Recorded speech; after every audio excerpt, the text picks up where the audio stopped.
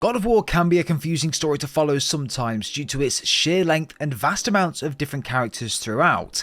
However, when you do start to dive deeper into the lore, it's such an interesting game and the developers have done a really good job with elaborating around the story. However, in today's video, I did want to focus solely around one character in particular that we met within the first game and also encountered within the second, the World Serpent, Jormungandr. Throughout God of War 2018 and Ragnarok, it was hinted by Jormungandr and surrounding characters that Atreus looked very familiar to him, and 2, he hated Thor, and could even travel back in time to his birth, which makes no sense, right? Well, in this video, I'm going to be explaining everything around how Atreus actually went on to create Jormungandr, and was essentially the birthing father of him, why he hates Thor so much, and everything surrounding that. Of course, there are going to be story spoilers throughout this, and there will be key story plot points that are spoiled within this as well. So if you guys don't want to know about them, I would suggest to click off this video right now. But if you guys do want to enjoy today's video, please do consider leaving a like as well. It'd be very much appreciated. Subscribe for more content coming as well. And without further ado, let's dive straight in. So, in order to get the full picture, let's go all the way back to God of War 2018, where we meet the World Serpent for the very first time. We float across the lake and sacrifice our weapon, resulting in a large serpent to rise, and revealing a temple that the giants helped the God of War Tyr to create. As we progress later on into the game though, we of course take Mimir from the top of the mountain and to Freya to revive him, and then after that he mentions that he can speak the language of the World Serpent, which is a very ancient language that not many people at all can speak. We take Mimir to communicate with the World Serpent, and he mentions that he knows the loss of Kratos and Atreus. Alongside this as well though, Jormungandr also mentions that he found Atreus very familiar. However, nobody at the time knows why. Even Jormungandr, I presume, it may have just jogged his memory, or he may have just noticed the face. Later, hearing in the game after Atreus was asking Mimir about how Jormungandr came to be, that some say within his fights with Thor, that Jormungandr was hit so hard with his hammer that it sent him back in time all the way back to Jotunheim, where he was essentially born, because he is a giant after all, even back to when he was born. No one believed this story at the time, with this being just a myth and never really having any evidence to back it up. We also see Jormungandr eat Thor's statue when he's first called upon by Mimir on top of Tyr's temple. Mimir then goes on to mention that Jormungandr has a huge hatred towards Thor, but we don't get any concrete details exactly as to why. The only thing we can really piece together at the time is that Thor didn't like giants, Jormungandr is a giant, so that was all that we could piece together, but no more details on that. But more on this a bit later. Now, let's move on to Ragnarok. When Atreus meets Angrboda within Ironwood, she hands him a bag full of these marbles. These marbles were in fact full of giant souls, and they hid there in an attempt to find peace.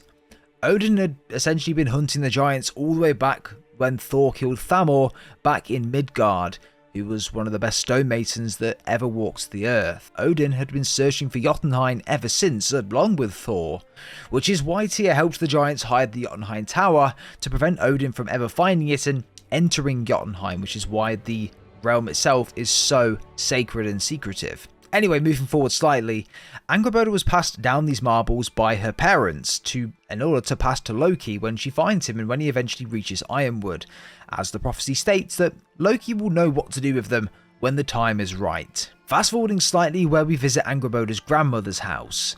Her grandmother harvests the souls out of animals across Jotunheim in order to try and relieve her grieving mind of pain and suffering, and to try to relive the animals' greatest memories and pastimes as well, running through the tall grass of Jotunheim, previous giant owners that it may have had, and even moments with its loved ones and family also. All this to try and help relieve the pain of losing her son, Angrboda's dad. Anyway, both of them make their way into the basement of this house, and they find a soulless snake hung up on side of the wall.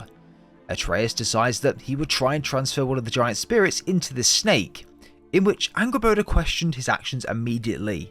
"What are you doing?" Atreus simply responds, "They can't hide forever." This scene is especially powerful because both of these characters are extremely young, right? The fate of the future of the giant civilization lands in the hands of Atreus and Angrboda, so if they mess up, then this is going to cause massive issues.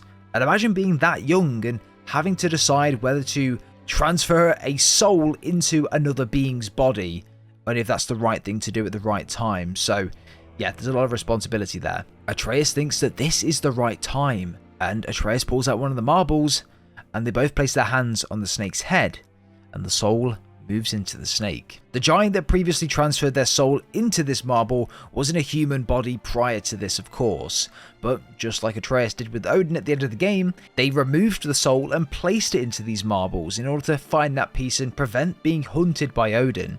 You can transfer these souls into any bodily form as long as that body has no soul in already, for example animals or even human bodies as well. However, animals are the main example of this in this game, with Fenrir of course coming on from Garm, and then the snake being the second example. Once the process is done, the snake wakes up, and the giant now has a form again. The snake slithers off into a hole in the wall, with Atreus wondering where it was going, expecting it to acknowledge him and maybe give a gesture of thank you, but nothing.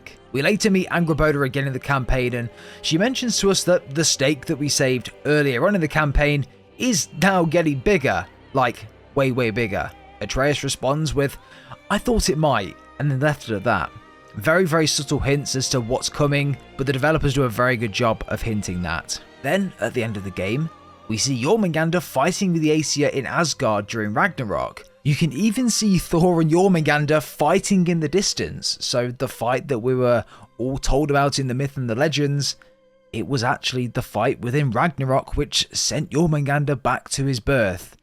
Crazy. Like, we have no concrete dates or information as to when this battle took place. We just know that there was a battle between Jormungandr and Thor.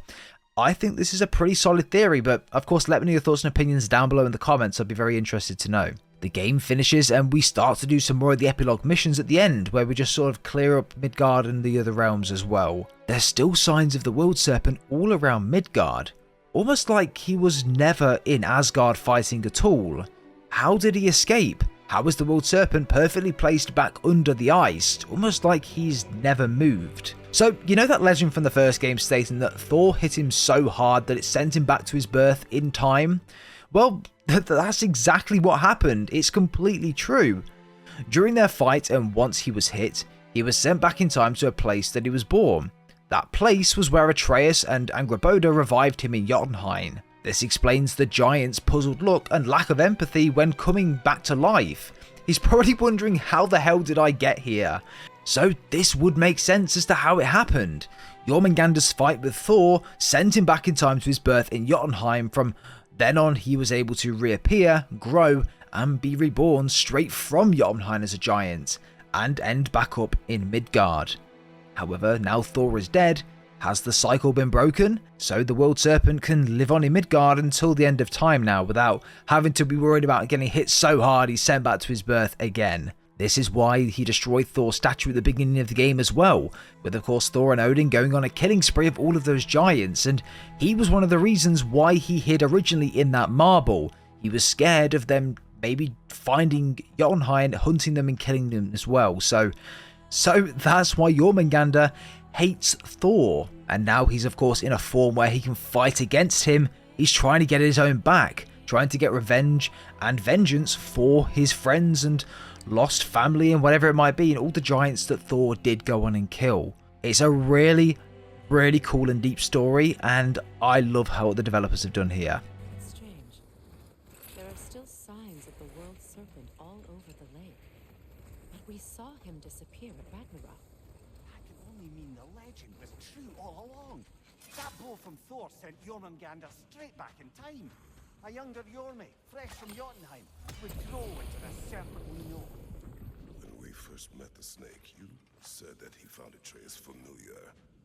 Perhaps they met in Jotunheim. Perhaps so, brother. We'll have to ask the lad for that story when we next see him.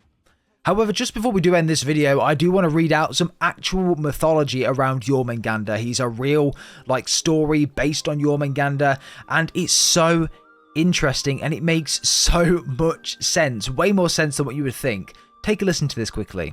In mythology, Jormungandr is the son of Loki and Angrboda, and the brother of the great wolf Fenrir and Hel, the queen of the dead, which I presume is the massive bird within Helheim. His role in mythology has always been close tied with his rivalry with Thor, who he is destined to kill during the events of Ragnarok. Prior to Ragnarok though, And similar to the game, Jormungandr fights Thor multiple times, with each fight ending in a stalemate. Prior to Ragnarok, Odin learns of the prophecy that the three creatures will assist the forces of Loki in killing the gods and destroying